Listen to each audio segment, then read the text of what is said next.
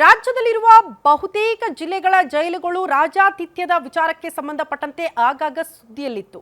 ಆದರೆ ಈ ಬಾರಿ ಎನ್ಐಎ ಅಧಿಕಾರಿಗಳು ಮಾಡಿರುವಂತಹ ಅತಿದೊಡ್ಡ ಕಾರ್ಯಾಚರಣೆ ಇತ್ತಲ್ಲ, ಜೈಲಲ್ಲಿ ಭಯೋತ್ಪಾದಕ ಚಟುವಟಿಕೆಗಳು ಕೂಡ ಒಳಗಿಂದಲೇ ಆಗ್ತಾ ಇತ್ತು ಸಂಚು ಅನ್ನುವಂತಹ ವಿಚಾರ ಬಟಾಬಯಲಾಗೋಯ್ತು. ಸದ್ಯ ಉಗ್ರ ನಾಸಿರ್ಗೆ ಸಹಾಯ ಮಾಡಿದ್ದ ವಿಚಾರ ಎನ್ಐಎ ತನಿಖೆ ವೇಳೆ ಸ್ಫೋಟಕ ಮಾಹಿತಿಗಳು ರಿವೀಲ್ ಆಗ್ತಾ ಇದೆಯಂತೆ. ಎಎಸ್ಐ ಚಾಂದ್ ಪಾಷಾ, ವೈದ್ಯ ನಾಗರಾಜ್, ಫಾತಿಮಾ ವಿಚಾರಣೆಗೆ ಒಳಪಡಿಸಿದ್ದಾರೆ ಎನ್ಐಎ ಅಧಿಕಾರಿಗಳು. ಫಾತಿಮಾ ಸಿಡಿಆರ್ನಲ್ಲಿ ಮಗ ಜುನೈದ್ ಜೊತೆ ಲಿಂಕ್ ಇರೋದು ಕೂಡ ಪತ್ತೆಯಾಗಿದೆ ಅನ್ನೋದರ ಡೀಟೇಲ್ಸ್. ಹಲವು ವರ್ಷದಿಂದ ಗಲ್ಫ್ ದೇಶದಲ್ಲಿ ತಲೆಮರೆಸಿಕೊಂಡಿದ್ದಾನಂತೆ ಉಗ್ರ ಜುನೈದ್ ಜೊತೆ ತಾಯಿ ಫಾತಿಮಾ ಜೊತೆ ರಾತ್ರಿ 2 ಗಂಟೆ ಸಮಯದಲ್ಲಿ ಮಾತುಕತೆ ಆಗಿದೆ ಅನ್ನುವಂತಹ ವಿಚಾರ. ಸುಮಾರು 40 ನಿಮಿಷಗಳ ಕಾಲ ಇಬ್ಬರ ನಡುವೆ ಸಂಭಾಷಣೆ ಆಗಿದೆಯಂತೆ. ಜುನೈದ್ ಮಾತನ್ನ ಚಾಂದ್ ಪಾಷನಿಗೆ ತಿಳಿಸ್ತಾ ಇದ್ರಂತೆ ಫಾತಿಮಾ. ಇದು ಗಮನಿಸಬೇಕಾಗಿರುವಂತಹ ವಿಚಾರ. ಪಾಷಾನಿಂದ ವೈದ್ಯ ನಾಗರಾಜ್ ಮೂಲಕ ನಾಸಿರ್ಗೆ ಆ ಮಾಹಿತಿ ರವಾನೆ ಆಗ್ತಾ ಇತ್ತು.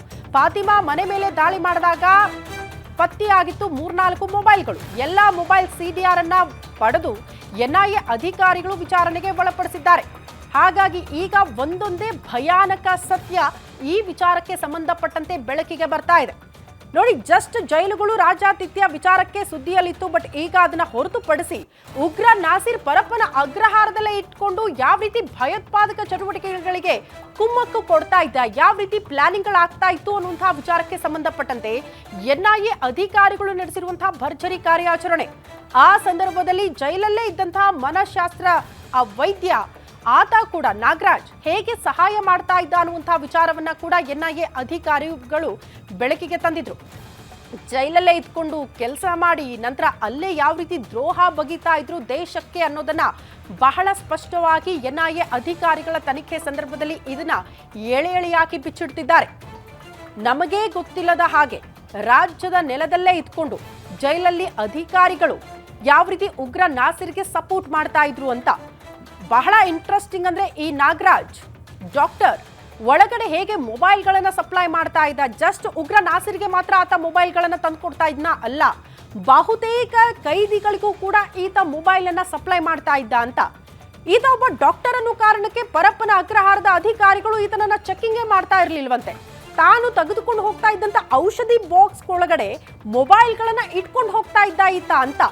ಈ ಮೊಬೈಲ್ಗಳನ್ನ ಸಪ್ಲೈ ಮಾಡಿ ಈ ನಾಗರಾಜ್ ಗಳಿಸಿದ್ದೆಷ್ಟು ಅಂದ್ರೆ ದಂಗಾಗ್ ಹೋಗ್ತೀರಿ, ಕೋಟಿ ಕೋಟಿ ಆಸ್ತಿಯನ್ನ ಕೂಡ ಈತ ಮಾಡ್ಕೊಂಡಿದ್ದಾನೆ ಅಂತ.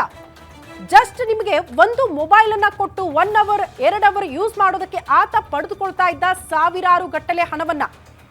ಬಟ್ ಬಹಳ ಆತಂಕಕಾರಿ ವಿಚಾರ ಅಂದ್ರೆ ಅದು ಉಗ್ರ ನಾಸಿರ್ ಕೈ ಸೇರ್ತಾ ಇತ್ತು ಮೊಬೈಲ್ ಅಂತ. ಆತ ಒಳಗಡೆ ಇದ್ದೇ ಕೆಲವರ ಮೈಂಡ್ ವಾಶ್ ಮಾಡ್ತಾ ಇದ್ದ, ಭಯೋತ್ಪಾದಕ ಚಟುವಟಿಕೆಗಳನ್ನ ಕೆಲವರನ್ನ ಸೆಳೆಯುವಂತಹ ಪ್ರಯತ್ನಗಳನ್ನ ಕೂಡ ಜೈಲಲ್ಲಿದ್ದು ಮಾಡ್ತಾ ಇದ್ದ ಅನ್ನುವಂತಹ ವಿಚಾರವನ್ನ ಎನ್ಐಎ ಅಧಿಕಾರಿಗಳು ವಿಚಾರಣೆ ಮಾಡಿದಾಗ ಈ ಎಲ್ಲಾ ವಿಚಾರಗಳು ಕೂಡ ಬೆಳಕಿಗೆ ಬರ್ತಾ ಇದೆ. ಸೊ ವ್ಯವಸ್ಥೆಯೇ ಸರಿಯಾಗಿಲ್ಲ ಅಂದ್ರೆ ಎಂಥ ಆತಂಕದ ವಾತಾವರಣ ಸೃಷ್ಟಿಯಾಗುತ್ತೆ ಅನ್ನೋದಕ್ಕೆ ಮೋಸ್ಟ್ಲಿ ಎನ್ಐಎ ಅಧಿಕಾರಿಗಳು ಮಾಡಿರುವ ಈ ಕಾರ್ಯಾಚರಣೆ ಇವತ್ತು ಸಾಕ್ಷಿಯಾಗಿ ನಿಲ್ತಾ ಇದೆ.